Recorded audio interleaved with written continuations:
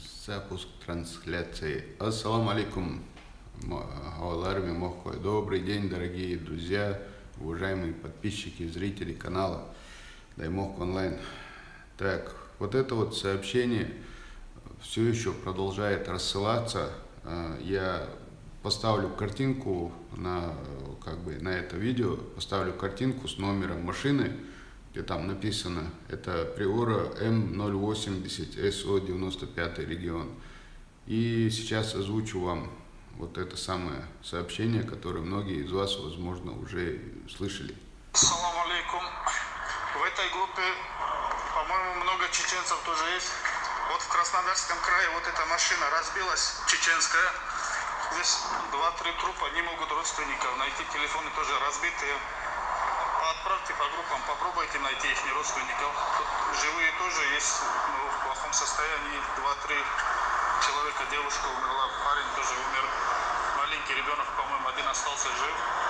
Попробуйте найти их родственников.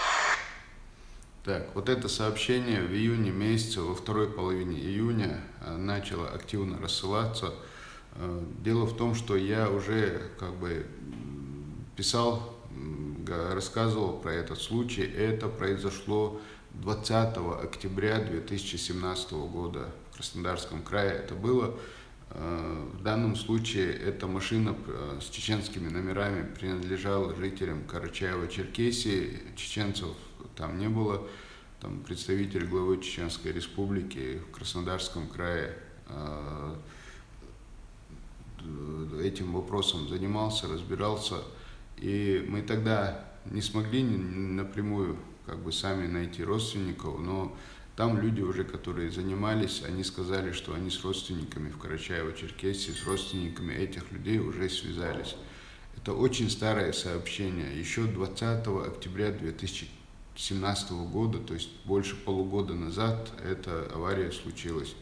В любом случае, наши соболезнования близким людей, которые погибли.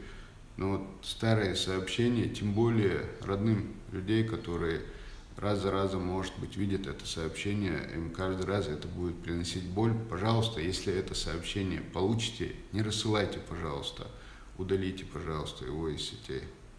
Все, всем огромное спасибо. Адикайол. Салам Айса. Ва алейкум ассалам. Все, я отключаюсь. Спасибо большое.